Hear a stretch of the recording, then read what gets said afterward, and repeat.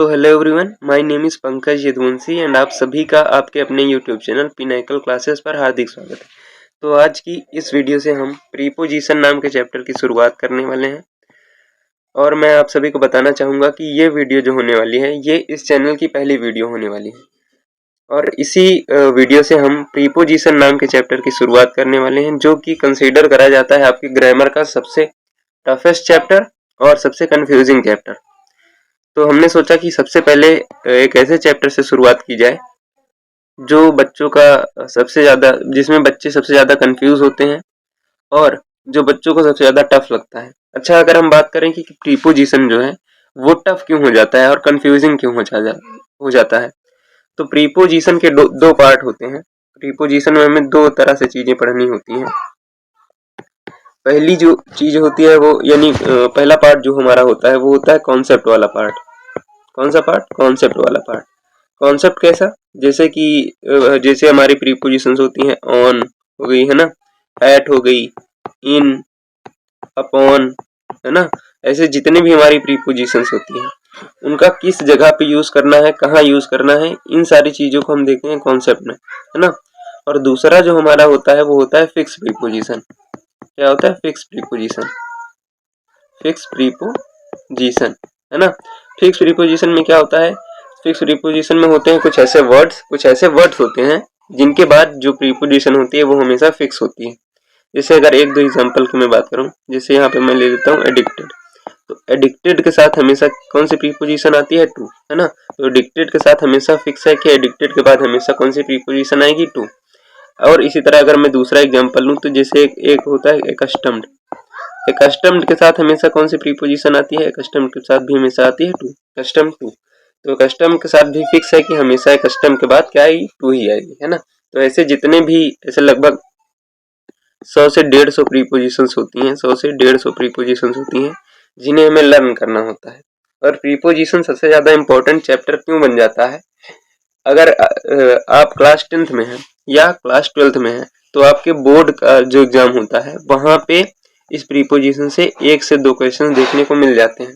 अगर आप अपने प्रीवियस ईयर पेपर्स को उठाएंगे और उनको एनालाइज करेंगे तो आपको देखने को मिलेगा कि प्रीपोजिशन से 1 से 2 क्वेश्चंस आपके हर शिफ्ट में लगभग पूछे गए हैं, है ना।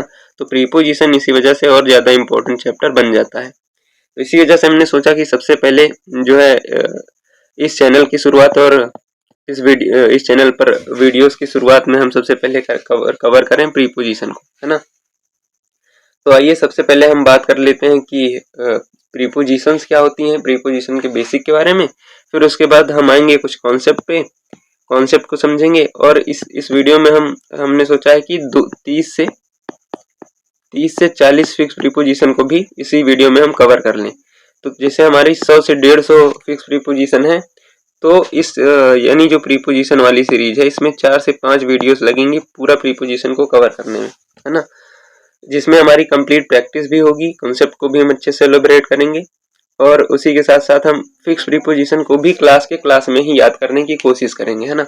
तो सबसे पहले हम क्या करेंगे इस वीडियो में, सबसे पहले हम देखेंगे कुछ कॉन्सेप्ट, उसके बाद फिर हम आएंगे कुछ फिक्स प्रीपोजिशन पर और हम ट्राई करेंगे कि जितने भी फिक्स प्रीपोजिशन हम इस क्लास में करते हैं उनको इस क्लास में ही लर्न कर लें, है ना।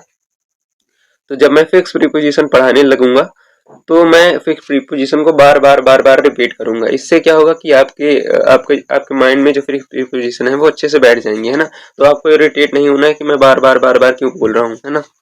तो उसके बाद चलिए फिर हम शुरुआत करते हैं आज की इस वीडियो की प्रीपोजिशन के साथ, यानी कि प्रीपोजिशन के बेसिक के साथ। प्रीपोजिशन का बेसिक क्या होता है, सबसे पहले प्रीपोजिशन के बेसिक को समझते हैं, फिर उसके बाद हम आएंगे इस पे कुछ कॉन्सेप्ट। तो प्रीपोजिशन क्या होता है? प्रीपोजिशन तो प्रीपोजिशन एक ऐसा वर्ड होता है जो हमेशा किसी सेंटेंस में किसी नाउन हो, कोई नाउन हो या कोई प्रोनाउन हो, नाउन हो या कोई प्रोनाउन हो, उससे हमेशा क्या होता है? पहले आता है। प्रीपोजिशन हमेशा किसी सेंटेंस में किसी नाउन या किसी प्रोनाउन से पहले आता है और प्रीपोजिशन जिस नाउन या प्रोनाउन से पहले आता है उस नाउन या प्रोनाउन का उसी सेंटेंस के अदर वर्ड से, जो अन्य शब्द होते हैं उसी सेंटेंस के अदर वर्ड्स जो होते हैं उनसे रिलेशन दिखाता है, है ना। तो प्रीपोजिशन क्या होता है? प्रीपोजिशन एक ऐसा शब्द होता है, एक ऐसा वर्ड होता है जो हमेशा नाउन या प्रोनाउन से पहले आता है। क्या है? कब आता है? हमेशा नाउन या प्रोनाउन से पहले आता है। और क्या करता है? जो नाउन या जिस प्रोनाउन से पहले आता है उसका रिलेशन दिखाता है उसी सेंटेंस के अदर वर्ड से। कैसे दिखाता है? जैसे मैं अगर एक एग्जांपल लेने की कोशिश करूं तो जैसे the book is on the table, यानी जो किताब है वो टेबल के ऊपर है। इस सेंटेंस का मतलब क्या निकल रहा है? जैसे ये क्या है? एक टेबल है ना, ये एक टेबल है, तो किताब जो है वो टेबल के ऊपर कुछ इस तरह से ऐसे रखी हुई है ना। तो अच्छा, यहाँ पे हम समझने की कोशिश करें कि यहाँ पे हमारा प्रीपोजिशन क्या है। तो सबसे पहले अगर हम देखें तो द क्या है? द एक है हमारा आर्टिकल, और कौन सा आर्टिकल? Definite article. द के बाद जो ये बुक है ये हमारा क्या है? ये हमारा एक है नाउन, है ना। इज क्या है? हमारा वर्ब है ना। फिर उसके बाद अगर हम देखें कि ऑन क्या है? ऑन है हमारा प्रीपोजिशन। ऑन क्या है हमारा? ऑन है हमारा प्रीपोजिशन। फिर उसके बाद द क्या है? आर्टिकल है। उसके बाद टेबल क्या है? नाउन। टेबल क्या है? नाउन, है ना। तो जो ये ऑन है, ऑन से क्या बन रहा है? मतलब the book is on the table, जो किताब है वो टेबल पर है, टेबल पर रखी हुई है ना। तो जो ये टेबल है, टेबल का रिलेशन किससे दिखा रहा है? ये ऑन लगने की वजह से बुक से, है ना। यानी बुक और टेबल का रिलेशन कौन दिखा रहा है? ऑन, है ना। कि जो किताब है वो टेबल पर है। जैसे मैं यहाँ पे ऑन को हटाकर अंडर लगा दूं, ऑन को हटाकर क्या लगा दूं? अंडर। तो अंडर लगने से क्या मतलब हो जाएगा कि ये जो टेबल है, किताब जो है वो इस टेबल के नीचे रखी हुई है ना। किताब जो है वो इस टेबल के नीचे रखी हुई है। तो इस अंडर की वजह से इस टेबल और ये जो बुक है, जो किताब है और टेबल है, इस अंडर की वजह से इनके बीच में जो है रिलेशन बन रहा है ना। तो जो अंडर है, जो ऑन है, या अपने बाद आने वाला जो नाउन है उससे इस सेंटेंस के बुक से रिलेशन दिखा रहा है ना। तो जैसा कि हमने पढ़ा कि प्रीपोजिशन क्या होते हैं? प्रीपोजिशन एक ऐसे वर्ड्स होते हैं, प्रीपोजिशन एक ऐसा शब्द होता है जो अपने बाद आने वाले नाउन या प्रोनाउन का उसी सेंटेंस के किसी अदर वर्ड से जो है क्या दिखाता है? रिलेशन दिखाता है ना। तो यहाँ तक हमने समझा प्रीपोजिशन के बेसिक को। आइए थोड़ा स्लाइड्स में भी हम देख लेते हैं कि स्लाइड्स में क्या है। हाँ, तो जैसे यहाँ प्रीपोजिशन की परिभाषा क्या लिखी हुई है, प्रीपोजिशन की परिभाषा अगर हम देखें तो प्रीपोजिशन वे शब्द हैं जो किसी नाउन या प्रोनाउन से पहले आकर उसका संबंध सेंटेंस के दूसरे शब्द के साथ दिखाते हैं, है ना। तो जैसा कि हमने पढ़ा कि जो नाउन या प्रोनाउन होते हैं उनके बाद हमेशा क्या आती है? जो प्रीपोजिशन होती है उनके बाद हमेशा नाउन या प्रोनाउन आते हैं, और उन नाउन या प्रोनाउन का रिलेशन दिखाता है वो प्रीपोजिशन सेंटेंस के किसी अदर वर्ड से, है ना। और अगर हम बात करें आगे, तो आगे देखें तो यहाँ पे कुछ एग्जांपल्स दिए गए हैं इसे समझने के लिए प्रीपोजिशन के। जैसे पहला एग्जांपल क्या है? The book is on the table, जो हमने अभी समझा था, है ना, कि किताब कहाँ पे है? टेबल पर है। The keys are in my bag, यानी जो इन है ये क्या है? प्रीपोजिशन है। तो इन जो है वो यहाँ पे किसको, कौन कौन से वर्ड्स को रिलेट कर रही है? बैग को और किसको? कीज को, यानी चाबी को बैग से रिलेट कर रही है। कौन सा वर्ड रिलेट कर रहा है? इन, है ना। इन किसको रिलेट कर रही है? बैग को और कीज को, यानी चाबी कहाँ पे है? बैग में, है ना। तो बैग को और कीज को यानी चाबियों को कौन रिलेट कर रहा है? इन। तो उसी तरह अगर हम आगे देखें तो एट क्या है? एट यहाँ पे प्रीपोजिशन है। I will meet you at 5 PM, यानी मैं तुमसे 5 बजे मिलूंगा, है ना। तो ये इस 5 PM को एट किससे रिलेट कर रहा है? मीट से, है ना। 5 PM को एट किससे रिलेट कर रहा है? मीट से, है ना। यानी कि मैं कब मिलूंगा? 5 बजे, यानी 5 बजे को कब किस वर्ड से रिलेट कर रहा है? मिलने से, यानी मीट से, है ना। तो एट की वजह से ये मीट जो है और जो ये 5 PM है, 5 PM है, इनके बीच में रिलेशन दिखाई दे रहा है। फिर अगर हम अगले वर्ड को अगला सेंटेंस देखें तो यहाँ पे है इन।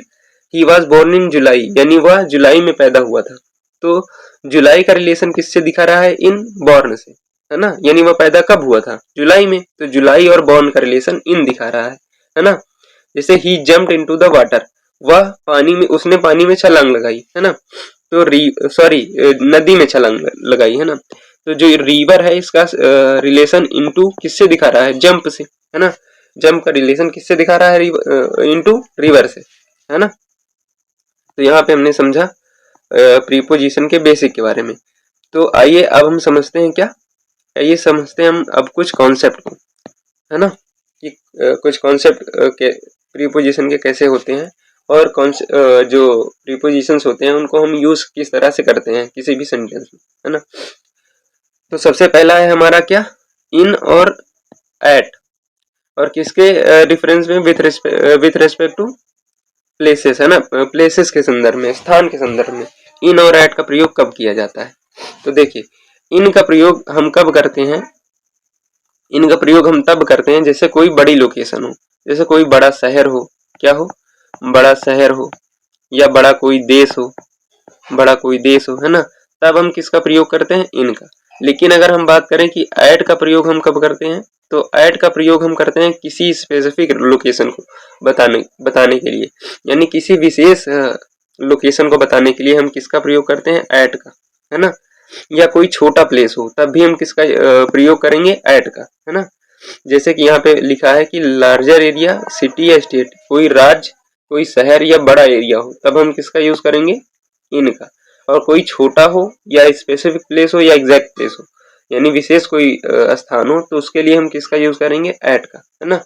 जैसा कि यहाँ पे डेफिनेशन में भी लिखी गई है, स्पेसिफिक या एग्जैक्ट प्लेस के लिए हम किसका यूज करते हैं, एट का। और जो बड़े प्लेसेस होते हैं, बड़े स्थान होते हैं, उनके लिए हम किसका यूज करते हैं, इनका। आइए हम कुछ एग्जांपल्स के थ्रू समझते हैं कि इन और एट का यूज हम कब करेंगे। अच्छा, एक कॉन्सेप्ट मैं यहीं पे और आपको बता देता हूँ।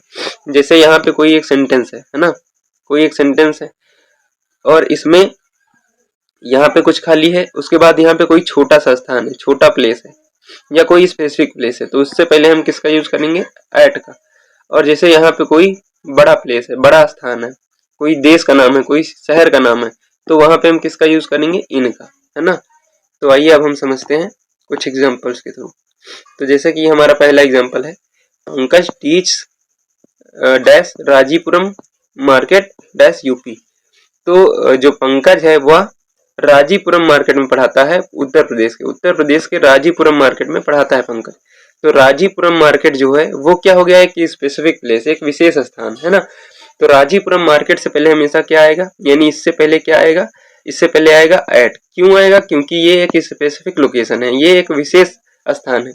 और यूपी क्या है, यूपी और इस राजीपुरम मार्केट को अगर हम कंपेयर करें यूपी से, तो राजीपुरम मार्केट तो छोटा होगा ना, राजीपुरम मार्केट तो इतनी बड़ी ही होगी, लेकिन जो यूपी होगा वो तो काफी बड़ा होगा ना। तो इसी वजह से यूपी के बाद हम किसका यूज करेंगे, यूपी के बाद हम यूज करेंगे किसका, इनका। और राजीपुरम मार्केट जो कि ये एक स्पेसिफिक प्लेस भी है और ये एक छोटा प्लेस भी है ना, तो इसकी वजह से हम किसका यूज करेंगे, एट का, है ना। किसका यूज करेंगे, एट का, जैसा कि यहाँ पे लिखा भी गया है ना। क्या लिखा है कि राजीपुरम मार्केट से पहले क्या आया, एट, और यूपी से पहले क्या आया, इन, है ना। तो अगर अब हम दूसरे एग्जाम्पल को देखें तो दूसरा एग्जाम्पल क्या है, Komal works in dash Lucknow dash India. तो यहाँ पे लखनऊ से पहले क्या आएगा, अच्छा इस सेंटेंस में अगर हम देखें तो इंडिया, इंडिया क्या है, हमारा एक बड़ा प्लेस है ना, बिगर प्लेस है। और जो लखनऊ है, लखनऊ हमारा क्या है, इंडिया के कंपैरिजन में छोटा प्लेस है। तो हम जानते हैं कि छोटे वाले प्लेस से पहले हमेशा क्या आता है, एट आता है, और जो बड़ा वाला प्लेस होता है उससे पहले हमारा क्या आता है, इन आता है ना। तो जब भी कभी आपको किसी सेंटेंस में कंफ्यूजन हो तो आप इस तरह से जो है जुगाड़ लगा सकते हैं कि कहाँ पे क्या आएगा, है ना। तो अगर अच्छा डेफिनेशन के हिसाब से अगर हम इसे देखते तो डेफिनेशन में क्या था कि कोई शहर हो, कोई बड़ा स्थान हो या कोई राज्य हो, तो उससे पहले हम किसका यूज करते हैं, उससे पहले हम करते हैं इनका। और कोई स्पेसिफिक प्लेस हो, जैसे कोई विशेष स्थान हो या कोई छोटा सा स्थान हो, तो उसके पहले हम यूज करते हैं किसका, एट का, है ना। तो यहाँ पे लखनऊ क्या था, लखनऊ एक शहर का नाम था। तो आप कंफ्यूज हो सकते हैं कि लखनऊ तो एक शहर है, तो इससे पहले हम लगा देते हैं इन, सॉरी हाँ लगा देते हैं क्या, लखनऊ से पहले इन, और आप जैसे ही लगाएंगे इन, आपका सवाल हो जाएगा तिन भिन, मतलब आपका सवाल हो जाएगा गलत, है ना। तो उसको हम सही कैसे करेंगे, उसको समझेंगे कैसे कि हमें क्या कहाँ पे लगाना है, उसके लिए आप इस वाले जुगाड़ को लगा सकते हैं। जैसे कि इंडिया क्या था, इंडिया एक बिगर प्लेस था, बड़ा स्थान था, तो उसके पहले हमने क्या लगाया, इन। और जो लखनऊ था वो हमारा क्या था, एक छोटा सा स्थान था, उसके पहले हम क्या लगाएंगे, एट लगाएंगे। क्या लगाएंगे, एट लगाएंगे, जैसे कि यहाँ पे लगा हुआ भी है ऑलरेडी, है ना। क्या, Komal works at Lucknow in India, यानी भारत के लखनऊ में कोमल काम कर रही है या काम करती है ना, काम करती है कहाँ, भारत के लखनऊ में।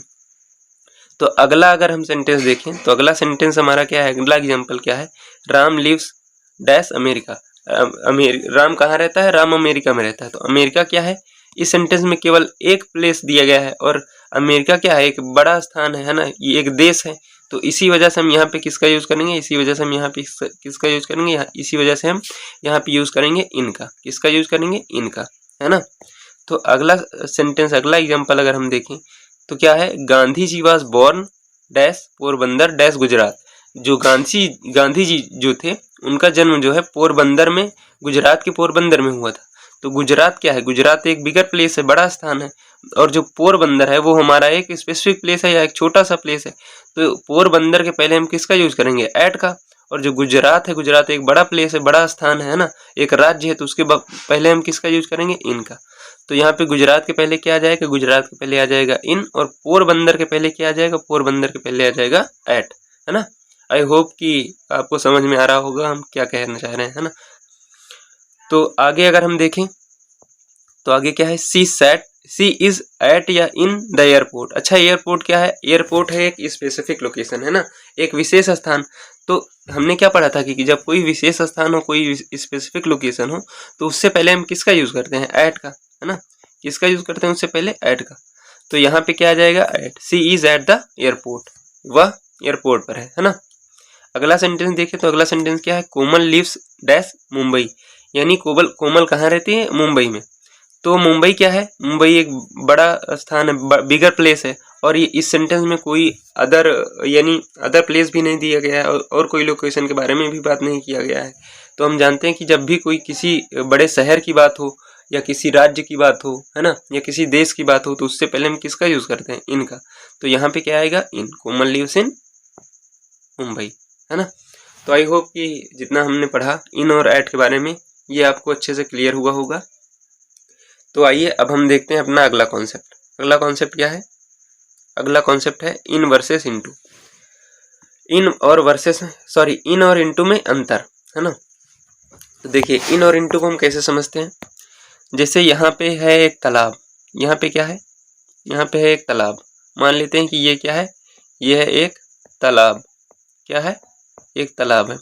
और इसमें मान लेते हैं कि कुछ मछलियाँ होंगी, क्या होंगी, मछलियाँ होंगी, कुछ सांप होंगे, ऐसे ही काफ़ी सारे क्रिएचर्स इसमें होंगे तालाब में, है ना। तो तालाब में जो मछलियाँ हैं, जो सांप हैं, जो पहले से उपस्थित हैं, तो जब हम उनके बारे में बताएंगे कि जो मछली है वो तालाब में है, तो उसके लिए हम किसका यूज करेंगे, इनका। किसका यूज करेंगे, इनका।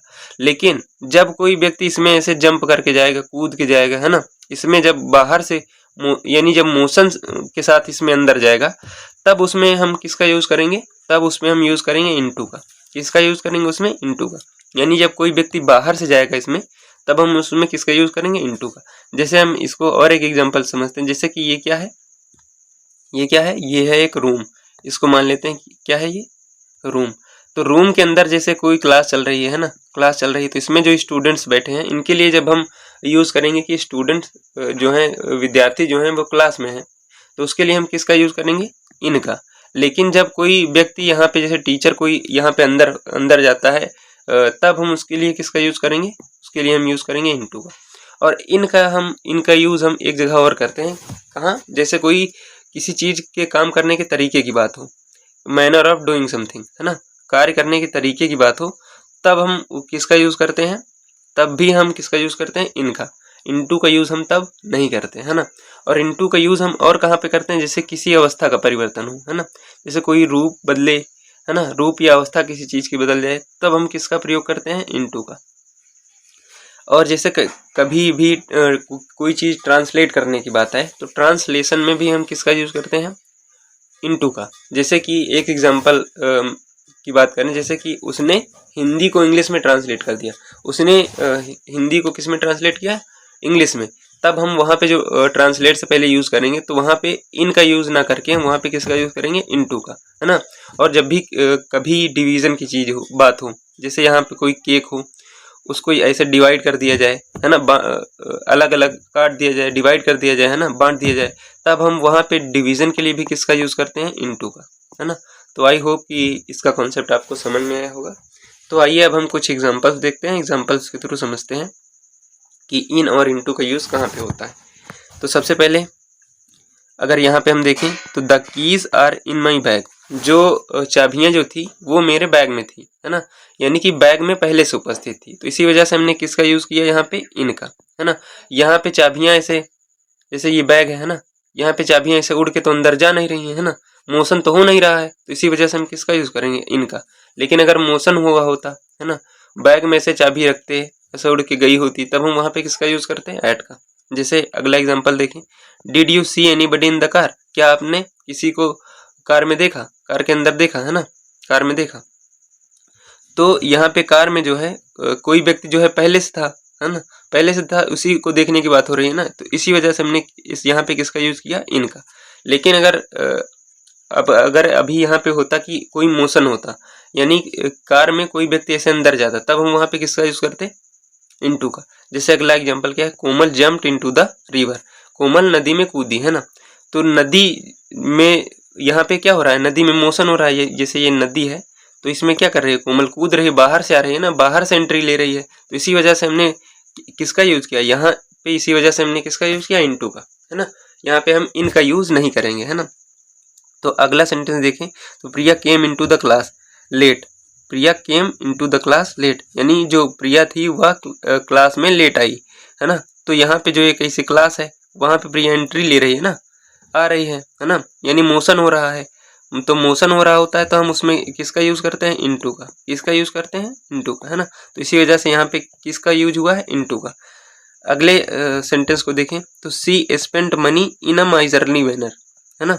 तो वह जो पैसे हैं उनको एक कंजूसी से खर्च करता है। पैसे को कैसे खर्च करता है, कंजूसी से, है ना, बड़ी कंजूसी के साथ जो है वो पैसे को खर्च करता है।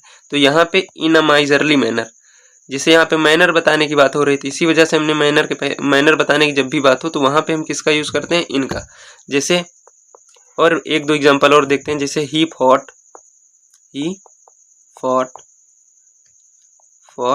इन a bold manner, in a boldly manner,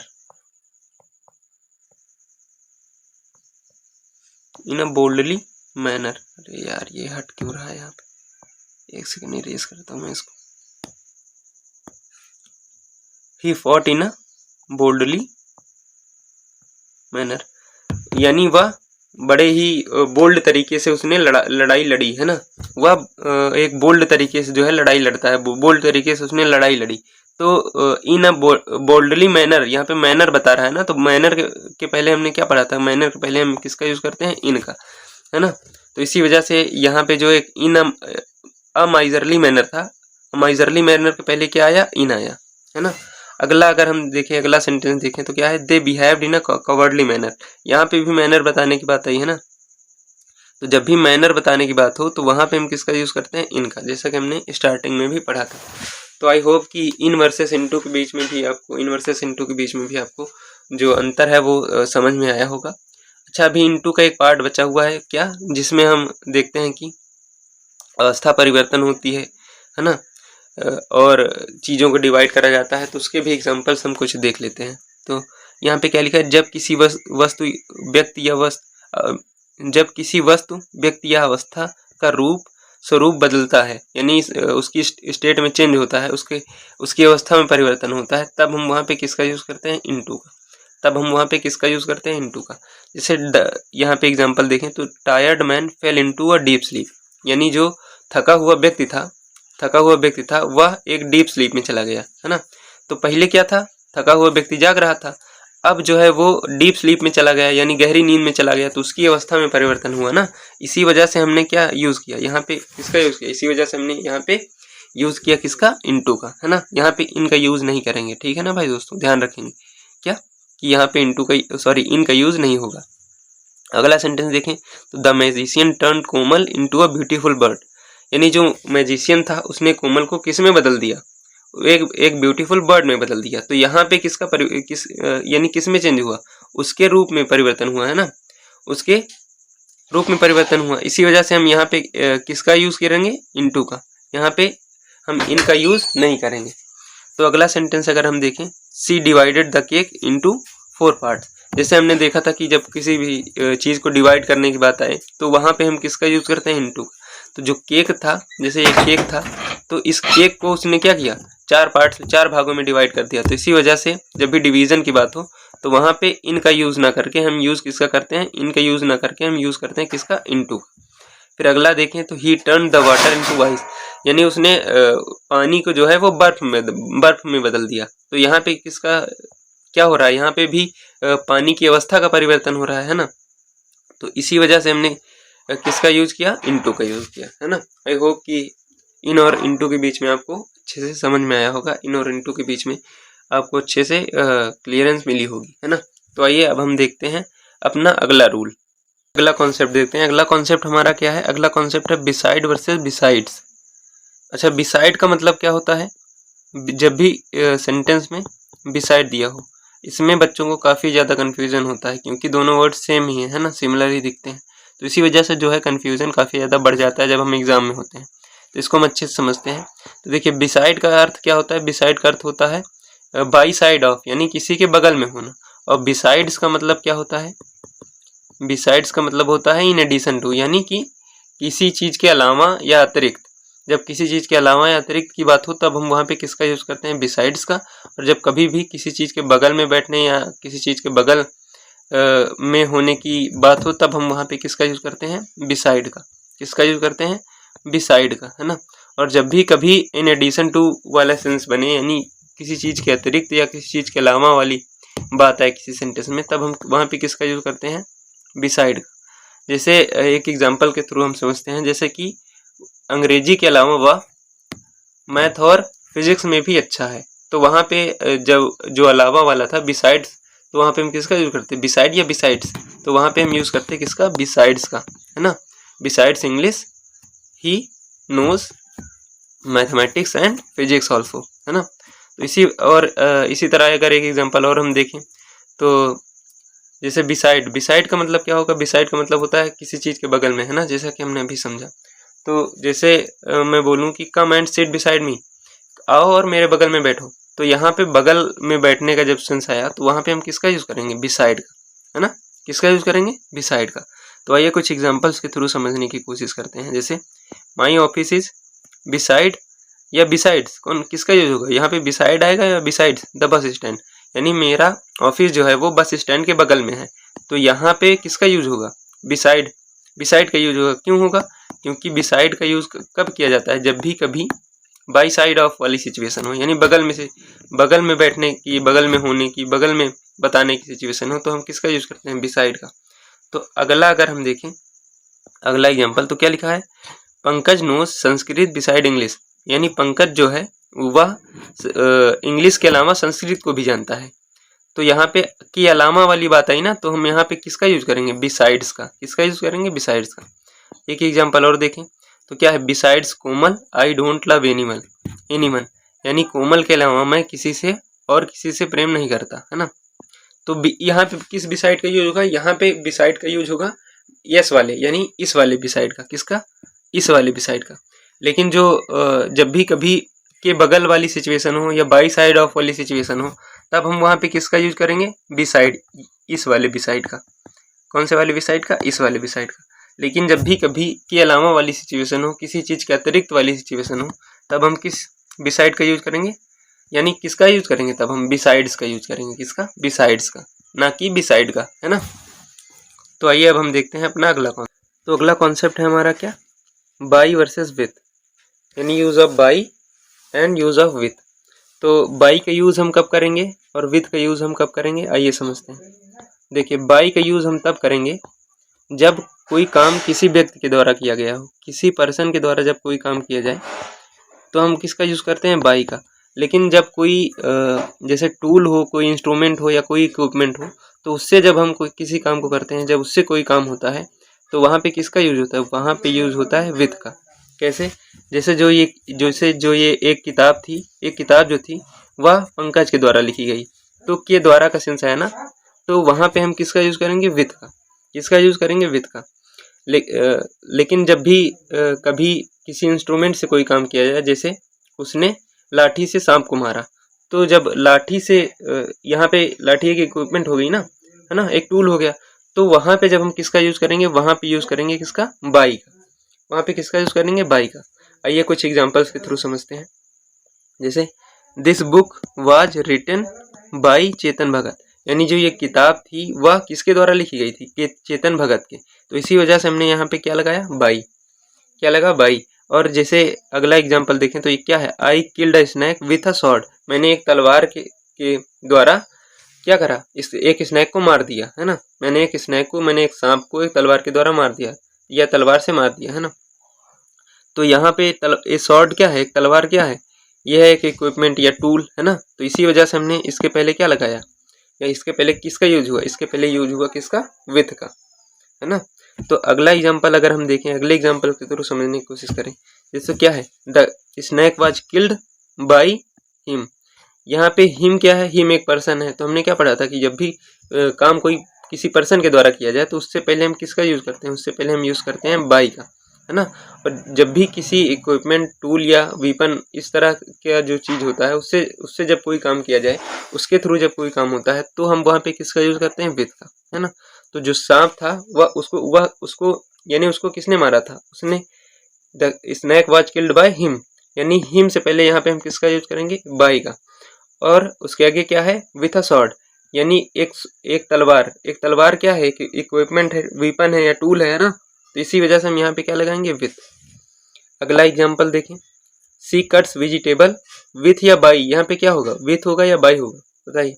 तो she cuts vegetable with a knife, यानी वह चाकू से सब्जियों को काटती है ना। तो यहाँ पे ए नाइफ क्या है, ए नाइफ एक टूल है या इक्विपमेंट है ना। यानी नाइफ क्या है, चाकू क्या है, एक टूल है या इक्विपमेंट है। इसी वजह से हमने यहाँ पे किसका यूज किया, विथ का।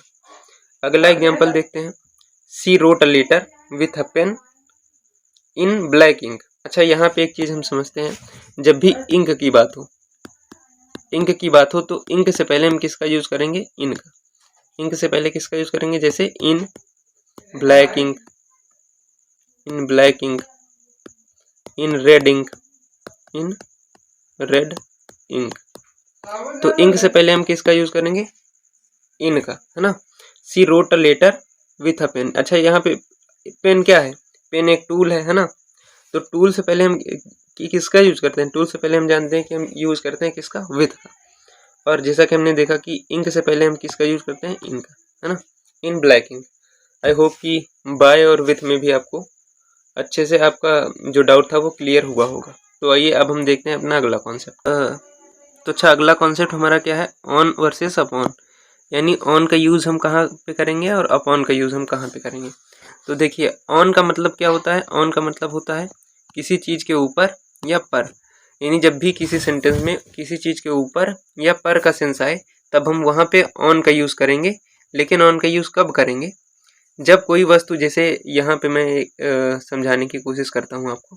जैसे कि हम मान लेते हैं क्या, ये है एक टेबल, ये क्या है, ये है एक टेबल। तो इसके ऊपर जब भी कोई, जैसे मान लेते हैं ये क्या रखी हुई है, ये रखी हुई है एक किताब। तो जब किसी टेबल वगैरह के ऊपर जब कोई चीज़ रखी हुई होती है, यानी इनके सरफेस का जब कांटेक्ट हो रहा हो, यानी जो इनकी जो सतह है, जैसे ये किताब की सतह है ये नीचे वाली ना, और जो ये टेबल की जो ये सतह है ये जब आपस में टच हो रही हूँ, तब हम वहाँ पे ऑन का यूज़ करेंगे। किसका यूज़ करेंगे, ऑन का यूज़ करेंगे। जैसे कोई एक दीवार हो, ऐसे है ना, एक दीवार हो, है ना, इस पर कोई पोस्टर इस तरह से लगा हुआ हो, तो पोस्टर का जो सरफेस है और जो दीवार का सरफेस है आपस में टच हो रहा है ना, तो वहाँ पे हम किसका यूज़ करेंगे, वहाँ पे यूज़ करेंगे हम ऑन का। लेकिन अगर हम अपॉन की बात करें, किसकी बात करें, अपॉन की बात करें, तो अपॉन का यूज़ भी सरफेस के लिए ही होता है। अपॉन का यूज़ भी हम, मतलब अपॉन का यूज़ भी हम इसी सेंस में करते हैं। जैसे अपॉन का भी मतलब होता है किसी चीज़ के ऊपर या पर बताने के लिए। लेकिन अपॉन का यूज़ तब हम करते हैं जब उसमें मोशन हो रहा हो। जैसे हमने इन और एट, इन और उसमें समझा था ना, इनटू में, तो उसी तरह इसमें भी है। कैसे, जैसे यहाँ पे मान लेते हैं कि ये क्या है, ये कोई व्यक्ति है, ड्राइंग पे मत जाइएगा, ये कोई व्यक्ति है। और यहाँ पे क्या है, यहाँ पे कोई एक बिल्ली है या कुछ भी है, कुछ भी मान लेते हैं। ये इसके ऊपर झपटती है, यानी इसमें ये मोशन के साथ इसके ऊपर जाती है। तो वहाँ पे हम किसका यूज़ करते हैं, वहाँ पे हम यूज़ करते हैं अपॉन का, है ना।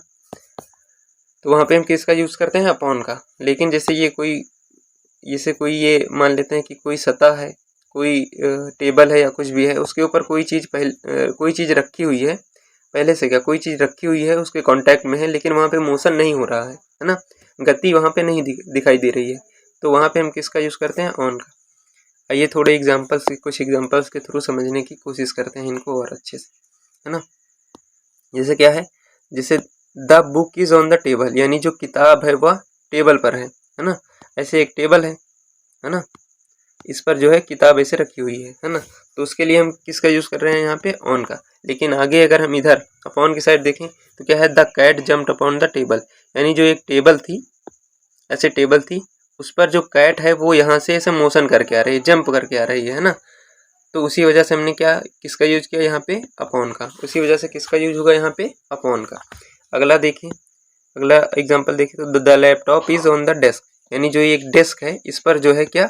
एक लैपटॉप रखा हुआ है ना, यानी इसमें कोई मोशन नहीं हो रहा है, और जो डेस्क है और जो लैपटॉप है उनके जो सरफेस है आपस में टच हो रहे हैं, इसी वजह से हम यहाँ पे किसका यूज करेंगे? ऑन का। इसका यूज करेंगे ऑन का। अगला एग्जाम्पल इधर अपॉन वाले में देखें, तो the monkey jumped upon the table, यानी जो टेबल थी उस पर जो एक मंकी था, है ना, जो मंकी था, जो बंदर था, वह उस पर कूदा, यानी उस टेबल पर कूदा, है ना, तो यहाँ पे मोशन हो रहा है, तो इसी वजह से हम किसका यूज करेंगे? अपॉन का, है ना। अगला एग्जाम्पल देखें, तो अगला क्या है? There is a poster on the wall, यानी जो एक दीवार है उसमें किस तरह से पोस्टर चिपका हुआ है, एक पोस्टर है उस पर, है ना, तो यहाँ पे क्या है? उनके सरफेस आपस में टच हो रहे हैं और कोई मोशन तो हो नहीं रहा है, तो इसी वजह से हम किसका यूज करेंगे? इसी वजह से हम यूज करेंगे यहाँ पे ऑन का।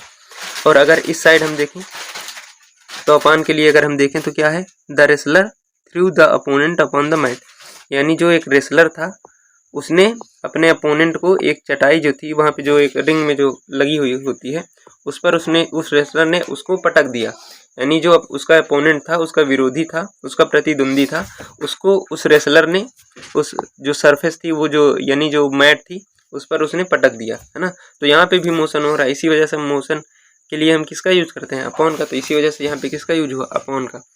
तो आगे अगर हम अगला एग्जांपल्स के थ्रू समझें तो क्या है? She wears a ring on his finger, यानी उसकी जो एक फिंगर थी उसके ऊपर रिंग थी, है ना, यहाँ पे कोई मोशन तो हो नहीं रहा है, तो इसी वजह से हम किसका यूज करेंगे? ऑन का। इसी वजह से किसका यूज होगा? ऑन का।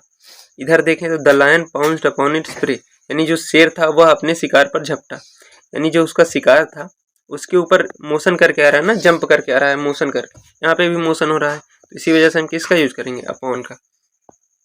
अगला एग्जांपल देखें तो क्या लिखा है? The T is kept on the dining table, यानी जो चाय है वह डाइनिंग टेबल पर रखी हुई है ना, या जो चाय थी वो डाइनिंग टेबल पर रखी हुई थी या रखी है ना, तो यहाँ पे मोशन तो कोई हो नहीं रहा है, ऐसे डाइनिंग टेबल है कोई और इस पर जो है ऐसे चाय रखी हुई है ना, तो यहाँ पे कोई मोशन तो हो नहीं रहा है और उसके सरफेसेस जो हैं वो आपस में टच हो रहे हैं, तो इसी वजह से हम किसका यूज करेंगे?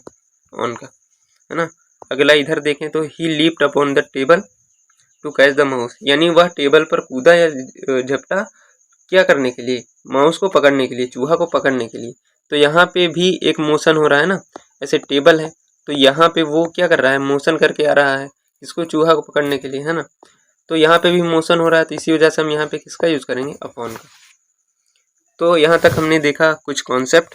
अब हम आइए देखते हैं क्या? फिक्स प्रीपोजिशन, क्योंकि फिक्स प्रीपोजिशन भी काफ़ी बड़ा रोल प्ले करती हैं आपके प्रीपोजिशन वाले चैप्टर में, है ना।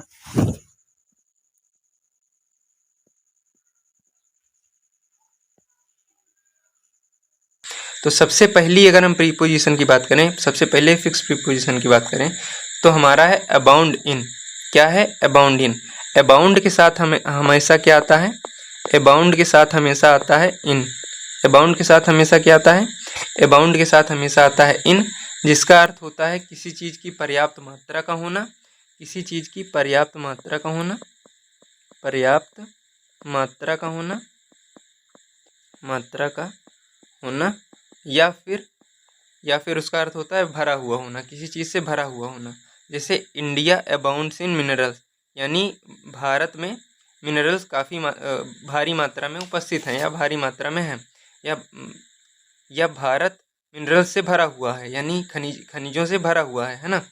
तो अबाउंड के साथ हमेशा क्या आएगा, अबाउंड के साथ हमेशा आएगा इन, है ना। उसके बाद अगर अब हम बात करें दूसरे प्रीपोजिशन की, दूसरे फिक्स प्रीपोजिशन की, तो दूसरा प्रीपोजिशन है हमारा, फिक्स प्रीपोजिशन है हमारा एब्जॉर्ब्ड इन।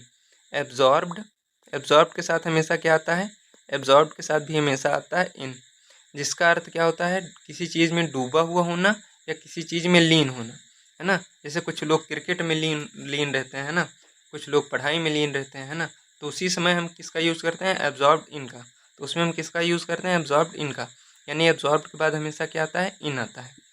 तो एग्जाम्पल अगर हम देखें, he was absorbed in studies, यानी वो पढ़ाई में लीन था, पढ़ाई में डूबा हुआ था। अगली प्रीपोजिशन की बात करें तो अगला प्रीपोजिशन क्या हमारा, एब्सेंट। एब्सेंट फ्रॉम, है ना, एब्सेंट के साथ हमेशा क्या आएगा, एब्सेंट के साथ हमेशा क्या आएगा, एब्सेंट के साथ हमेशा आएगा फ्रॉम। एब्सेंट के साथ हमेशा क्या आएगा, एब्सेंट के साथ हमेशा आएगा फ्रॉम, जिसका अर्थ क्या होगा, जिसका अर्थ होता है क्या, अनुपस्थित होना। क्या होता है जिसका अर्थ, अनुपस्थित होना। यानी एब्सेंट के साथ हमेशा क्या आता है, एब्सेंट के साथ आता है हमेशा फ्रॉम, जिसका अर्थ क्या होता है, अनुपस्थित होना, है ना। जैसे he was absent from the class, he was absent from the class yesterday, यानी वह कल क्लास से अनुपस्थित था, क्लास में अनुपस्थित था, क्लास में नहीं था, है ना। He was absent from the class yesterday. So उसके बाद अगला हमारा जो फिक्स प्रीपोजिशन आता है वो एसीड टू। एसीड के साथ हमेशा क्या आता है, एसीड के साथ हमेशा आता है टू। क्या आता है, एसीड के साथ हमेशा टू, जिसका अर्थ क्या होता है, सहमत होना, किसी चीज़ से सहमत होना, किसी चीज़ से सहमत होना, है ना। एसिड के साथ हमेशा क्या आता है, टू, जिसका अर्थ होता है किसी चीज़ से सहमत होना। तो अगर हम एग्जांपल देखें तो he acceded to my proposal, he acceded to my proposal, sorry, he acceded to my proposal, जिसका अर्थ क्या होता है, वह मेरे प्रपोजल से सहमत था, है ना। तो एसीड के बाद हमेशा क्या आता है, टू आता है। उसके बाद अगला हमारा जो प्रीपोजिशन है वो है यानी अगला हमारा जो फिक्स प्रीपोजिशन है वो है अकॉर्डिंग टू।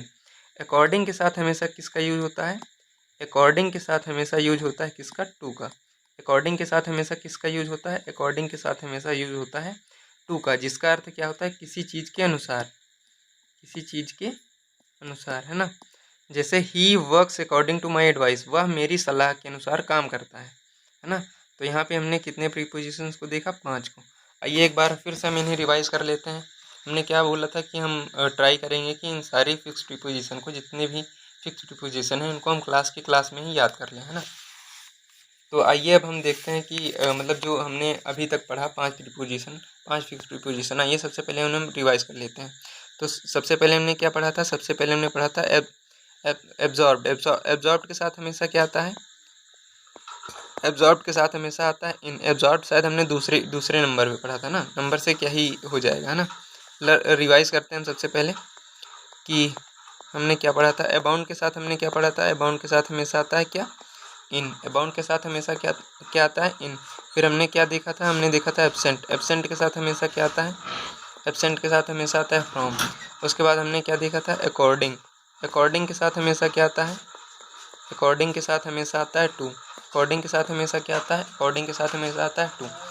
फिर एक आता है एसीड। एसीड के साथ क्या होता है हमारा, एसीड के साथ हमेशा क्या आता है, एसीड के साथ हमेशा आता है टू, है ना। यही 5 प्रीपोजिशंस हमने देखा था और इसको हमने रिवाइज कर लिया।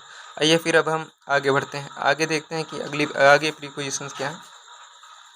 तो आगे अगर हम बात करें तो आगे हमारी पहली प्रीपोजिशन जो इस स्लाइड की है वो है एकस्टम्ड।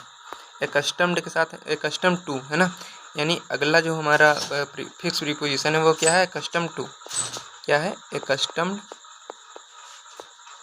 एकस्टम्ड टू, यानी एकस्टम्ड के साथ हमेशा क्या आएगा, एकस्टम्ड के साथ हमेशा आएगा टू। एकस्टम्ड के साथ हमेशा क्या आएगा, एकस्टम्ड के साथ हमेशा आएगा टू, है ना। जिसका अर्थ क्या होता है, एकस्टम टू का अर्थ होता है अभ्यस्त होना। क्या होता है अर्थ, अभ्यस्त होना, है ना। जैसे I am accustomed to talk to foreigners, यानी मैं विदेशियों से बात करने का अभ्यस्त हूँ, है ना। फिर अगर हम अगली प्रीपोजिशन की बात करें तो अगला प्रीपोजिशन है एक्ट अपॉन। एक्ट क्या है, एक्ट अपॉन। तो एक्ट के साथ हमेशा कौन सा प्रीपोजिशन आएगा, एक्ट के साथ हमेशा आएगा अपॉन। क्या आएगा, एक्ट के साथ हमेशा अपॉन आएगा, जिसका अर्थ क्या होता है, के अनुसार कार्य करना, किसी चीज़ के अनुसार, जैसे हमने देखा था अकॉर्डिंग टू ना, सेम वैसे ही होता है एक्ट अपॉन, है ना। क्या होता है? एक्ट अपॉन, किसी चीज़ के अनुसार कार्य करना। जैसे हम एग्जांपल देखें तो we should act upon his advice, हमें उसकी सलाह के अनुसार काम करना चाहिए। फिर अगली प्रीपोजिशन है addicted to. Addicted to, addicted to को भी शायद हमने स्टार्टिंग में पढ़ा था, है ना।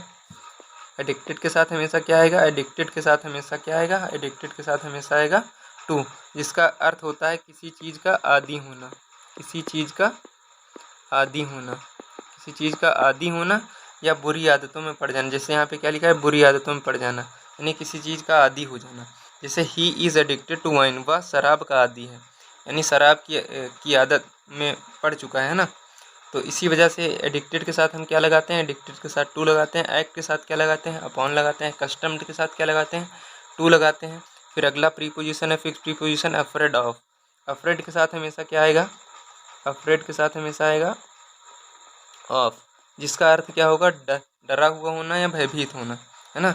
जैसे he is not afraid of difficulties, वह परेशानियों से डरा हुआ नहीं है ना। वह परेशानियों से नहीं डरता है ना। तो अफ्रेड के साथ हमेशा क्या आएगा? अफ्रेड के साथ आएगा हमेशा ऑफ, अफ्रेड ऑफ, है ना। अफ्रेड के साथ हमेशा क्या आएगा? अफ्रेड के साथ आएगा हमेशा ऑफ। फिर अगली प्रीपोजिशन हमारी क्या है? Affection for. Affection affection for, affection for, affection के साथ हमेशा क्या आएगा? अफेक्शन के साथ हमेशा आएगा फॉर। अफेक्शन के साथ हमेशा क्या आएगा? अफेक्शन के साथ हमेशा आएगा फॉर, है ना। जिसका अर्थ होता है प्रेम या मोह, मोह होना किसी से, है ना, प्रेम होना। वही क्या उसका मतलब वही क्या होता है? अफेक्शन फॉर का अर्थ होता है। जैसे he has no affection for his father, उसका उसके पिता के प्रति कोई भी प्यार नहीं था। उसका उसके पिता के प्रति थोड़ा सा भी प्रेम नहीं था, कुछ भी प्रेम नहीं था, कोई भी प्रेम नहीं था, है ना। अब अगली स्लाइड पे आते हैं। अगले फिक्स प्रीपोजिशंस को देखते हैं। तो अगले प्रीपोजिशंस क्या हैं? अगले प्रीपोजिशन में सबसे पहले हमारा एग्री। एग्री विथ, यानी एग्री के साथ हमेशा क्या आएगा? एग्री के साथ हमेशा आएगा क्या? एग्री के साथ आएगा हमेशा विथ। एग्री के साथ हमेशा क्या आएगा? एग्री के साथ हमेशा आएगा विथ। एग्री के साथ हमेशा क्या आएगा? एग्री के साथ हमेशा आएगा विथ, जिसका अर्थ होता है सहमत होना। जिसका अर्थ होता है क्या? सहमत होना। अच्छा, हमने एक सहमत होना ऐसे ही करके एक और पढ़ा था ना, तो उसका आप बता सकते हैं क्या होगा? जैसे एसिड, एसिड को हमने पढ़ा था ना पिछली स्लाइड में। तो एसिड के साथ हमेशा क्या आता है? टू, जिसका अर्थ भी क्या होता है? एसिड टू का भी अर्थ क्या होता है? सहमत होना ही होता है ना। जैसे इसके एग्जांपल यानी एग्री विथ के एग्जांपल की बात करें तो एग्री विथ का एग्जांपल क्या है? सी एग्रीड विथ मी, यानी वह मुझसे सहमत था। वह मुझसे क्या था? सहमत था। फिर आते हैं हम एग्री के बाद टू। एग्री के बाद हमेशा क्या आता है? एग्री के बाद भी आता है हमेशा क्या? टू, जिसका अर्थ होता है सहमत होना किसी प्रस्ताव से। अच्छा, यहाँ पे क्या था? एग्री विथ का अर्थ होता है किसी व्यक्ति से सहमत होना। जैसे he was agree with me, she was agree with her, है ना। वह, और जैसे एग्री टू का मतलब क्या होता है? सहमत होना लेकिन कोई प्रस्ताव हो, जैसे कोई प्रपोजल हो, इस तरह की चीज़ों से जो जब भी सहमत होने की बात आए तो वहाँ पे हम किसका यूज़ करते हैं? एग्री टू का, है ना। तो हमें क्या ध्यान रखना है कि एग्री के साथ हमेशा क्या आएगा? एग्री के साथ हमेशा आएगा टू, है ना। एग्री के साथ हमेशा क्या आएगा? टू आएगा। और एग्री के साथ हमेशा विथ आएगा कब? जब किसी व्यक्ति से सहमत होने की बात हो। जब किसी व्यक्ति से सहमत होने की बात हो तो वहाँ पे आएगा एग्री विथ। और जब किसी प्रस्ताव से या प्रपोजल से सहमत होने की बात हो तो वहाँ पे क्या आएगा? हमेशा वहाँ पे आएगा टू, है ना। अब फिर देखते हैं कि एंग्री। एंग्री एंग्री के भी दो यूज़ होते हैं। जैसे एंग्री के साथ विथ कब आता है और एंग्री के साथ एट कब आता है? देखिए, एंग्री के साथ विथ जब किसी व्यक्ति से गुस्सा होने की बात आए, है ना। एंग्री का मतलब होता है गुस्सा होना। जब किसी व्यक्ति से गुस्सा होने की बात आए तो वहाँ पे हम यूज़ करते हैं किसका? एंग्री विथ का। और जैसे किसी व्यक्ति के द्वारा किए गए एक्शन से जब गुस्सा होने की बात आए, यानी किसी व्यक्ति के किए गए व्यवहार से जब गुस्सा होने की बात आए, तब वहाँ पे हम किसका यूज़ करते हैं? एट का, एंग्री एट का। जैसे he was angry with me, वह मुझसे गुस्सा था, है ना। यहाँ पे किसी ने, जैसे यहाँ पे मी आया है यानी पर्सन से गुस्सा है, तो वहाँ पे हमने किसका यूज़ किया, एंग्री विथ का। He became angry at your rude behaviour, यानी तुम्हारे रूड बिहेवियर पर वो जो था गुस्सा था, है ना। तो यहाँ पे इसका रूड बिहेवियर था, यहाँ पे पर्सन की बात तो हो नहीं रही है, यहाँ पे बात हो रही है किसके, उसके रूड बिहेवियर की। इसी वजह से हमने किसका यूज़ किया, एंग्री के साथ ऐड का यूज़ किया। अगर यहीं पे ये सेंटेंस होता ही बिकेम एंग्री, एंग्री के बाद यहाँ पे जैसे यहाँ पे होता ही बिकेम एंग्री, अब यहाँ पे मैं लिख देता हूँ विथ या टू मी, तो यहाँ पे क्या हो जाता, वह मुझसे गुस्सा हो गया, है ना। ही बिकेम एंग्री विथ मी। तो यहाँ पे हम किसका यूज़ करते, यहाँ पे हम यूज़ करते किसका, विथ का। क्योंकि यहाँ पे विथ का हम क्यों यूज़ कर रहे हैं, क्योंकि यहाँ पे है क्या, पर्सन। तो पर्सन के साथ जब भी कभी गुस्सा होने की बात है तो वहाँ पे हम किसका यूज़ करेंगे, एंग्री के साथ विथ का। और जब भी किसी पर्सन के एक्शन यानी उसके द्वारा की गई चीज़ों से जब भी कभी गुस्सा होने की बात आए तो हम क्या करेंगे, वहाँ पे एंग्री के साथ ऐड का यूज़ करेंगे। आई होप कि ये सारी चीज़ें आपको क्लियर हो रही होंगी, आपको समझ आ रही होंगी जो हम पढ़ रहे हैं, है ना। तो फिर अगर हम अगली प्रीपोजिशन की बात करें तो अगला प्रीपोजिशन हमारा एनॉयड के साथ विथ। एनॉयड के साथ क्या, एनॉयड के साथ विथ, एनॉयड के साथ विथ। एनॉयड विथ का भी अर्थ क्या होता है, नाराज़ होना, किसी से नाराज़ होना, है ना। जब भी किसी व्यक्ति से नाराज़ होने की बात आए तो वहाँ पे हम किसका यूज़ करेंगे, विथ का। जैसे the teacher was annoyed with the boy, यहाँ पे बॉय क्या है, द बॉय क्या है, यानी बॉय क्या है, यहाँ पे लड़का यानी एक व्यक्ति है। तो व्यक्ति से जब भी नाराज़ होने की बात है तो वहाँ पे हम किसका यूज़ करेंगे, विथ का। किसका यूज़ करेंगे, विथ का। आइए इसे हम एक बार फिर से समझ लेते हैं। जैसे क्या था हमारा, एग्री, एग्री के साथ क्या था, एग्री के साथ एक तो था विथ, है ना। एग्री के साथ एक और क्या था, एग्री के साथ था टू। तो अच्छा आप बताइए कि एग्री के साथ विथ का हम यूज़ कब करेंगे और एग्री के साथ टू का हम यूज़ कब करेंगे। देखिए जब भी कभी किसी व्यक्ति से एग्री होने की बात है, किसी व्यक्ति से सहमत होने की बात है, तब हम किसका यूज़ करेंगे, एग्री के साथ विथ का यूज़ करेंगे। और जब भी कभी किसी व्यक्ति के एक्शन से यानी किसी व्यक्ति के द्वारा किए गए काम से या किसी व्यक्ति के द्वारा किए गए बर्ताव से सहमत होने की बात है ना, किसी व्यक्ति के इस तरह की जब चीज़ें हों तब हम वहाँ पे किसका यूज़ करेंगे, एग्री के साथ टू का, है ना। सॉरी, जब भी किसी प्रस्ताव से यानी प्रपोजल से जब भी कभी सहमत होने की बात हो तो वहाँ पे हम किसका यूज़ करेंगे, एग्री के साथ टू का। एग्री के साथ किसका यूज़ करेंगे, एग्री के साथ टू का। अभी मुझे क्या आ रहा था, वो याद आ रहा था एंग्री वाला, इसी वजह से मैंने वो बोल दिया कि यानी कि बिहेवियर या किसी व्यक्ति द्वारा किए गए एक्शन, वो एंग्री मुझे याद आ रहा था ना, तो इसी वजह से मैंने बोल दिया। तो हम ध्यान रखेंगे क्या कि एग्री के साथ विथ कब आएगा, एग्री के साथ विथ आएगा जब किसी व्यक्ति से सहमत होने की बात हो। और एग्री के साथ टू कब आएगा, जब किसी प्रपोजल से यानी किसी प्रस्ताव से जब सहमत होने की बात हो, तब वहाँ पे एग्री के साथ क्या आएगा, टू आएगा। ठीक है ना भाई दोस्तों। तो आइए अब हम देखते हैं क्या अगली प्रीपोजिशन, फिक्स प्रीपोजिशन क्या थी, एंग्री। क्या थी, एंग्री। यही एंग्री मुझे याद आ रहा था ना, इसी वजह से मैंने वो बोल दिया। तो ध्यान रखेंगे हम कि एंग्री के साथ क्या आता है, विथ। एंग्री के साथ विथ कब आता है, एंग्री के साथ विथ आता है जब किसी पर्सन से गुस्सा होने की बात हो। और एंग्री के साथ ऐट कब आता है, एंग्री के साथ ऐट आता है कब, जब किसी व्यक्ति के द्वारा किए गए एक्शन से गुस्सा होने की बात हो, एक्शन से क्रोधित होने की बात हो, है ना। तब हम किसका यूज़ करते हैं, एंग्री ऐट का। और जब किसी व्यक्ति से गुस्सा होने की बात हो तो हम किसका यूज़ करते हैं, एंग्री के साथ विथ का। और एक अगली प्रीपोजिशन हमारी क्या थी, एनॉयड। एनॉयड के साथ हम विथ का कब यूज़ करते हैं, जब किसी हम व्यक्ति से, किसी पर्सन से जब हम नाराज़ होते हैं तब हम वहाँ पे किसका यूज़ करते हैं, किसका यूज़ करते हैं, विथ का। अब जब किसी वस्तु से नाराज़ होते हैं या किसी व्यक्ति के एक्शन से नाराज़ होते हैं तो वहाँ पे हम किसका यूज़ करते हैं, वहाँ पे हम यूज़ करते हैं एनॉयड ऐट का। किसका यूज़ करते हैं, एनॉयड के साथ ऐट का यूज़ करते हैं। अच्छा, अभी हमने देखा कि एनॉयड के साथ विथ कब आता है। तो अगर हम बात करें कि एनॉयड के साथ ऐट भी आता है, यानी एनॉयड के साथ ऐट कब आता है, तो देखिए एनॉयड के साथ विथ कब आता है, एनॉयड के साथ विथ तब आता है जब हम किसी व्यक्ति से नाराज़ होते हैं। एनॉयड के साथ विथ कब आता है, एनॉयड के साथ विथ तब आता है जब हम किसी व्यक्ति से नाराज़ होते हैं। और जब किसी व्यक्ति के अलावा जब हम किसी चीज़ से नाराज़ होते हैं तब वहाँ पे हम एनॉयड के साथ एट का प्रयोग करते हैं। जैसे the principal was annoyed at my absence, यानी यहाँ पे जो प्रिंसिपल था वो गुस्सा किससे था, मेरी एब्सेंस था, मेरी एब्सेंस से गुस्सा था, है ना। माई एब्सेंस, यहाँ पे कोई अगर व्यक्ति होता तो हम यहाँ पे एनॉयड के साथ किसका यूज़ करते, तब हम यूज़ करते विथ का। बट यहाँ पे क्या है, माई एब्सेंस, इसी वजह से हम यहाँ पे किसका यूज़ करेंगे, एनॉयड के साथ एट का, है ना। तो एनॉयड के साथ विथ का कब यूज़ करेंगे, एनॉयड के साथ विथ का यूज़ हम तब करेंगे जब हम किसी व्यक्ति से नाराज़ हो, है ना। जैसे ही वॉज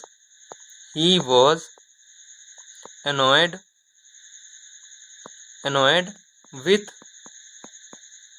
मी, यानी वह मुझसे नाराज़ था। यहाँ पे मैंने किससे यानी यहाँ पे हमने विथ का यूज़ क्यों किया, क्योंकि यहाँ पे जो वह व्यक्ति था वह किसी पर्सन से नाराज़ था, यानी मी से नाराज़ था ना। मी यहाँ पे पर्सन की तरह काम कर रहा है, तो इसी वजह से हमने क्या किया, यहाँ पे एनॉयड के साथ हमने विथ का यूज़ किया।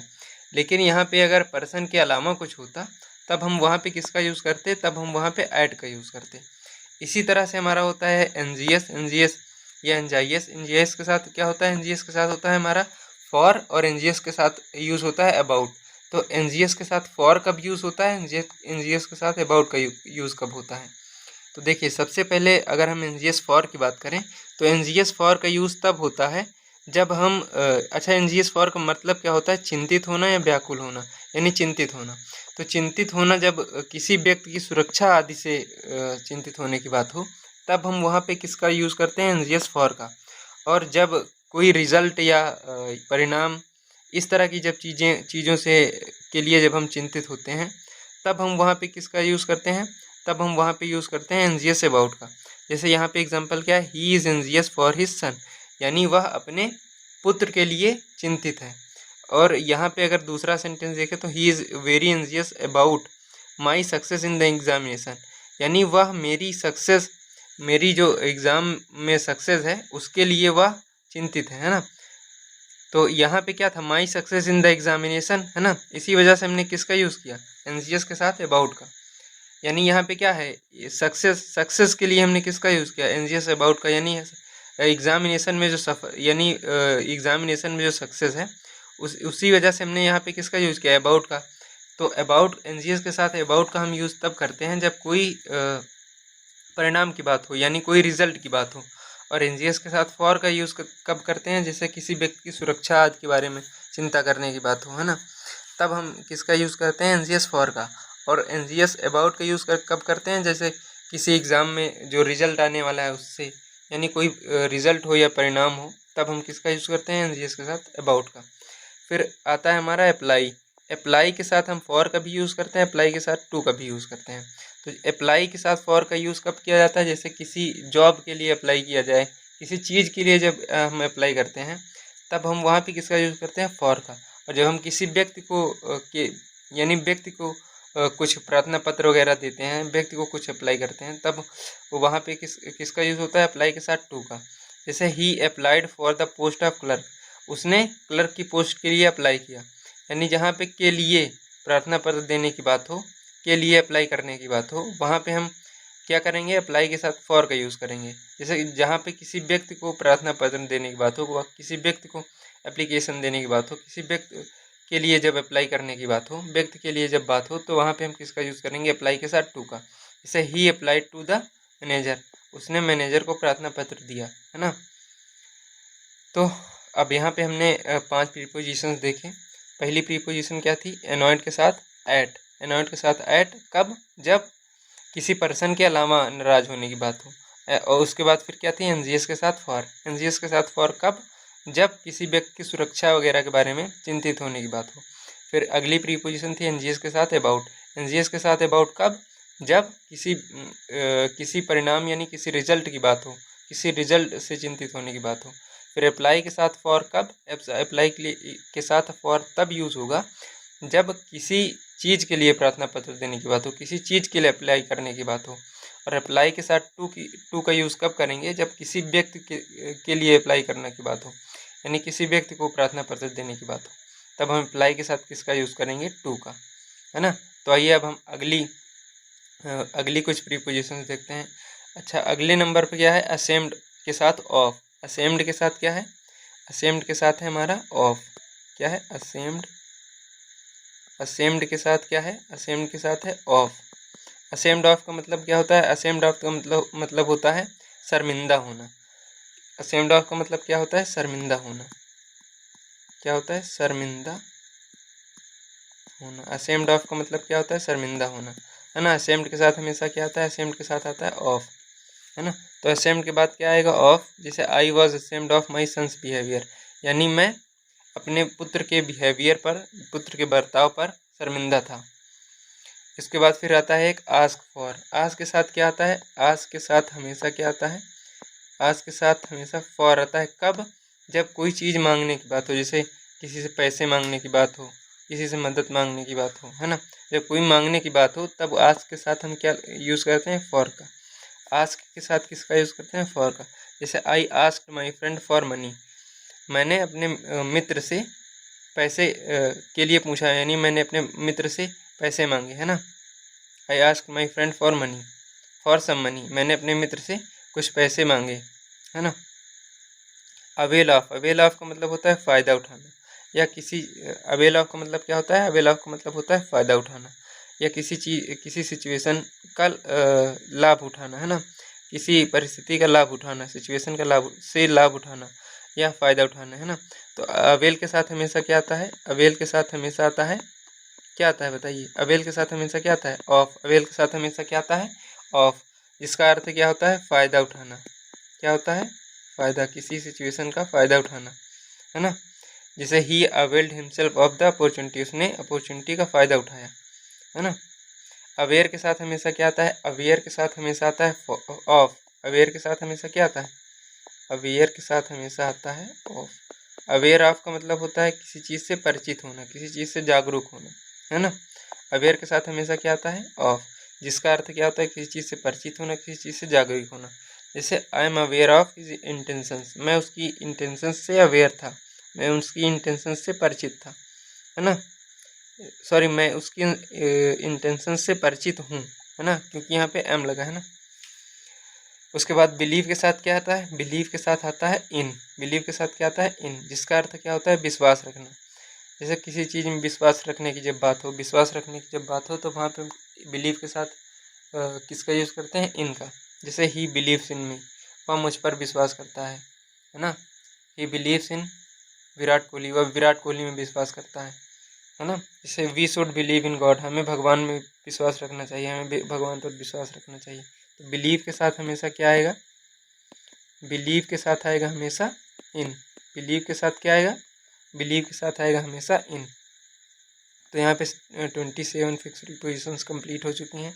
ये है हमारी फिक्स प्रीपोजिशन की लास्ट स्लाइड। कौन सी स्लाइड है, फिक्स प्रीपोजिशन की लास्ट स्लाइड। तो आइए इसे भी हम देखते हैं, फिर उसके बाद हम स्टार्ट करेंगे अपने कॉन्सेप्ट, है ना। 5-6 कॉन्सेप्ट करेंगे इस वीडियो में, फिर उसके बाद अगली वीडियो में हम कुछ फिक्स प्रीपोजिशन करेंगे और इसी फॉर्मेट में हम इस सीरीज़ को आगे बढ़ाएंगे, है ना। 3-4 वीडियो में हम इस पूरे टॉपिक को अच्छे से कवर करेंगे विथ प्रैक्टिस। तो अगली प्रीपोजिशन है हमारी बिलोंग टू। बिलोंग के साथ हम किसका यूज़ करते हैं, बिलोंग के साथ हमेशा हम यूज़ करते हैं किसका, बिलोंग के साथ हमेशा यूज़ करते हैं हम टू का। बिलोंग के साथ किसका यूज़ करते हैं, टू का, जिसका अर्थ होता है किसी चीज़ से संबंध होना या किसी का होना। जैसे this book belongs to me, ये किताब मेरी है ना। तो बिलोंग के साथ हमेशा क्या आएगा, बिलोंग के साथ हमेशा आएगा टू। बिलोंग के साथ क्या आएगा, बिलोंग के साथ हमेशा आएगा टू। फिर अगली प्रीपोजिशन है हमारी ब्लेम। ब्लेम के साथ क्या आता है, सॉरी, ब्लेम फॉर। ब्लेम के साथ हमेशा क्या आता है, फॉर, जिसका अर्थ होता है दोष लगाना।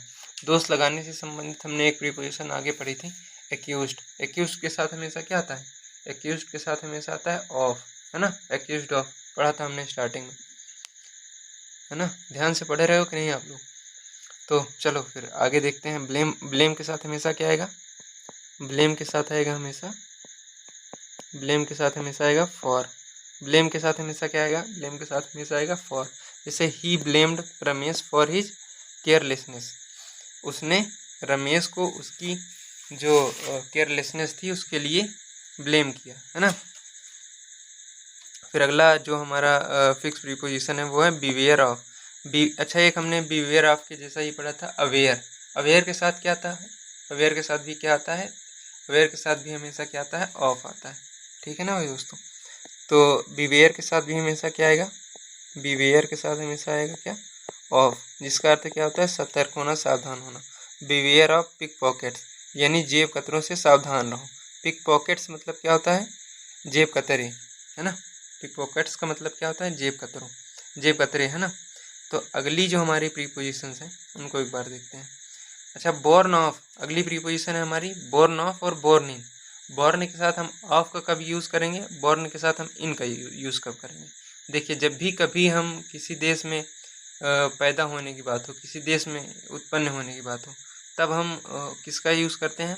तब हम यूज़ करते हैं बोर्न इन का, है ना?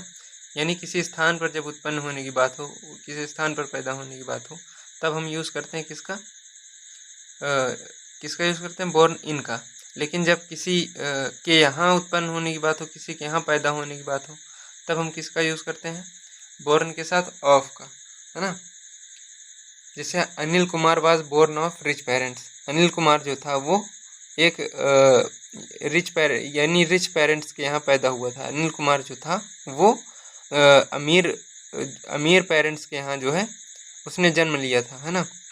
तो यहाँ पे रिच पेरेंट्स की वजह से क्या आया? बोर्न ऑफ, है ना? यानी किसी के यहाँ जब पैदा होने की बात हो, तब वहाँ पे हम किसका यूज़ करते हैं? बोर्न के साथ ऑफ का। जैसे किसी देश में पैदा होने की बात हो, तब हम वहाँ पे किसका यूज़ करते हैं? तब हम वहाँ पे यूज़ करते हैं बोर्न के साथ इन का। जैसे he was born in America, वह अमेरिका में पैदा हुआ था, है ना? I was born in India, जैसे मैं इंडिया में पैदा हुआ था, है ना? जैसे Ram was born in poor parents, Ram Ram poor parents के यहाँ जो है पैदा हुआ था, है ना? जब किसी के यहाँ पैदा होने की बात हो, तो वहाँ पे क्या होता है? बोर्न के साथ ऑफ आता है।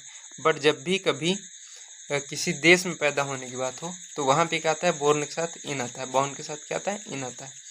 अब फिर अगली प्रीपोजिशन के बारे में अगर हम देखें, तो अगली प्रीपोजिशन क्या है? बीजी के साथ विथ। बीजी के साथ विथ का प्रयोग होता है हमेशा। बीजी के साथ किसका प्रयोग होता है? बीजी के साथ प्रयोग होता है हमेशा किसका? बीजी के साथ प्रयोग होता है हमेशा विथ का। इसका अर्थ क्या होता है? व्यस्त होना होता है ना? जैसे he is busy with his studies, वो अपनी पढ़ाई से व्यस्त है, पढ़ाई में व्यस्त है ना? बोस्ट ऑफ का मतलब होता है सेखी बिगाड़ना, यानी कि डींगे हाँकना, है ना? इस तरह के जो वर्ड्स होते हैं उनकी मीनिंग क्या होती है इंग्लिश में? बोस्ट ऑफ, यानी डींगे हाँकना या सेखी मारना। इस तरह के जो चीज़ें होती हैं वहाँ पे हम किसका यूज़ करते हैं? बोस्ट के साथ ऑफ का। से he boast of his knowledge, he boast of his knowledge, वह अपने ज्ञान के ऊपर जो है सेखी बघाड़ता है ना? ज्ञान के लिए सेखी बघाड़ता है, ज्ञान के लिए सेखी बघाड़ता है, ज्ञान के ऊपर, है ना? तो ब्रेक के साथ क्या आता है? ब्रेक के साथ इनटू आता है। ब्रेक इनटू का मतलब होता है सेंध मारना। जैसे कभी किसी के यहाँ जब सेंध मारने की बात हो, तब वहाँ पे हम किसका यूज़ करते हैं? ब्रेक इनटू का। जैसे the thief broke into the house, यानी जो चोर था उसने घर में सेंध मारी करी, है ना? उसने घर में सेंध मारी की, यानी सेंध मार कर अंदर चला गया, है ना? सेंध मार कर अंदर घुस गया। ब्रेक इनटू का मतलब होता है सेंध मारना। ब्रेक के साथ हमेशा क्या आता है? इनटू। नहीं, ये तो क्या है? ब्रेक इनटू तो एक फ्रेजल वर्ब टाइप में है ना? फ्रेजल वर्ब भी हम इसे कह सकते हैं कि ब्रेक इनटू का मतलब होता है सेंध मारना, है ना? तो यहाँ पे हमारी क्या कंप्लीट होती है? Fixed preposition. तो एक बार में हम जितने भी फिक्स्ड प्रीपोजिशन हमने पढ़ा है, आइए सबसे पहले हम स्टार्टिंग से उनको रिवाइज कर लेते हैं, जिससे हमें अच्छे से सारी प्रीपोजिशंस याद हो जाएं। फिर उसके बाद हम करेंगे कुछ कॉन्सेप्ट्स।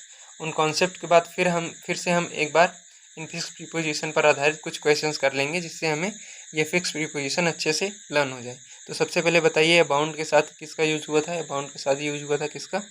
इनका। अबाउंड के साथ किसका यूज हुआ था? अबाउंड के साथ यूज हुआ था इनका। अबाउंड के साथ हमेशा क्या आता है? इन आता है।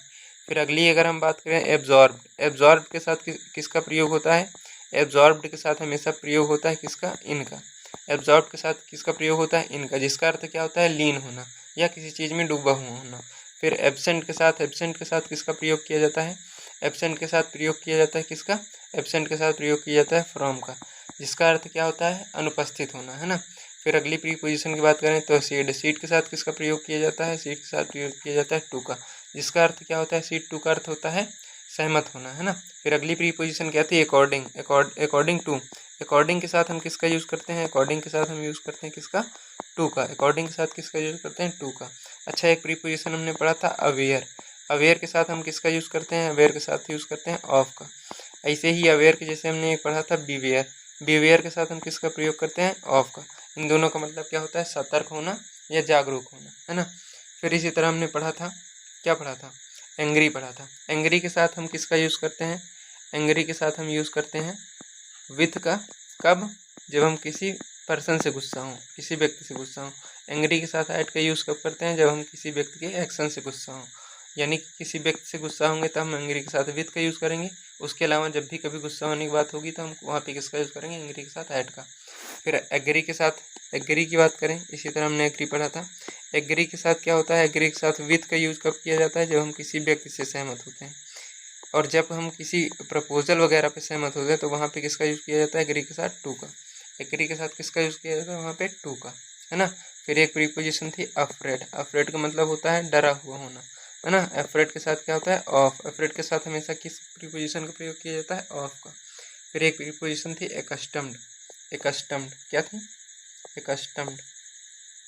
एकस्टम्ड के साथ किसका प्रयोग किया जाता है, कस्टम्ड के साथ हमेशा आता है टू, जिसका अर्थ क्या होता है, किसी चीज़ का किसी चीज़ के का अभ्यस्त होना, है ना, अभ्यस्त होना होता है कस्टम टू का अर्थ। एडिक्टेड टू का अर्थ क्या होता है, एडिक्टेड। एडिक्टेड के साथ हमेशा क्या आता है, एडिक्टेड के साथ आता है टू, जिसका अर्थ क्या होता है, आदी होना। आदी होना या बुरी आदतों में पड़ाना, है ना। फिर एक प्रीपोजिशन थी हमारी क्या, एनॉयड। एनॉयड के साथ विथ कब आता है, एनॉयड के साथ टू कब आता है, सॉरी एनॉयड के साथ ऐड कब आता है, एनॉयड के साथ विथ कब आता है, एनॉयड के साथ विथ। एनॉयड के साथ विथ आता है और एनॉयड के साथ ऐड आता है। देखिए एनॉयड का मतलब होता है नाराज़ होना।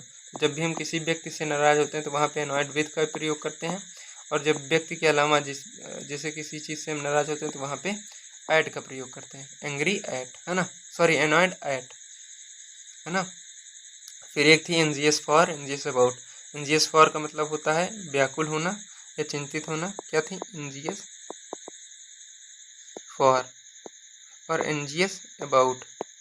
एनजीएस अबाउट का प्रयोग कब किया जाता है, एनजीएस अबाउट का प्रयोग तब किया जाता है जब हम एनजीएस फॉर का प्रयोग कब करते हैं, जब हम किसी व्यक्ति की सुरक्षा आदि को लेकर जब हम चिंतित होते हैं। और लेकिन जब एनजीएस के साथ अबाउट का प्रयोग किया जाता है तब हम किसके लिए चिंतित होते हैं, तब हम चिंतित होते हैं किसी परिणाम यानी रिजल्ट के लिए, है ना। तब हम किसके लिए चिंतित होते हैं, तब हम किसके लिए चिंतित होते हैं, किसी परिणाम यानी रिजल्ट के लिए। तब हम किसका यूज़ करते हैं, एनजीएस के साथ अबाउट का।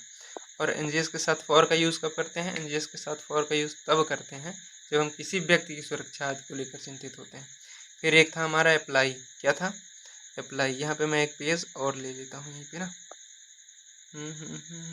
यस, क्या था, अप्लाई। अप्लाई जब हम किसी पर्सन को करते हैं तो अप्लाई के साथ क्या आता है, टू।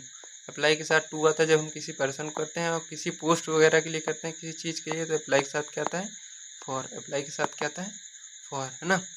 अब हम बात करते हैं असेम्ड। असेम्ड हमने पढ़ा था। असेम्ड के साथ क्या आता है, असेम्ड के साथ आता है हमेशा ऑफ। असेम्ड के साथ हमेशा क्या आता है, ऑफ, जिसका अर्थ क्या होता है, शर्मिंदा होना।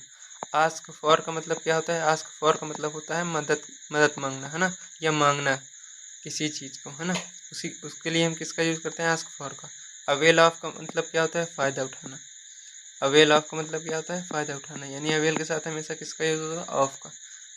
अवेयर के साथ हमने पढ़ाई था कि अवेयर के साथ किसका यूज़ होता है, ऑफ का। बिवेयर के साथ किसका यूज़ होता है, ऑफ का। बिलीव के साथ किसका यूज़ करते हैं हम, बिलीव के साथ किसका यूज़ करते हैं, इनका, है ना। बिलीव के साथ हम हमेशा किसका यूज़ करते हैं, इनका। और कुछ बचा है, I think everything has been completed. Annoyed के साथ हमने पढ़ लिया कि ऐट का यूज़ कब हुआ। एग्री के साथ भी पढ़ लिया। अफेक्शन, हाँ एक अफेक्शन बची हुई ना।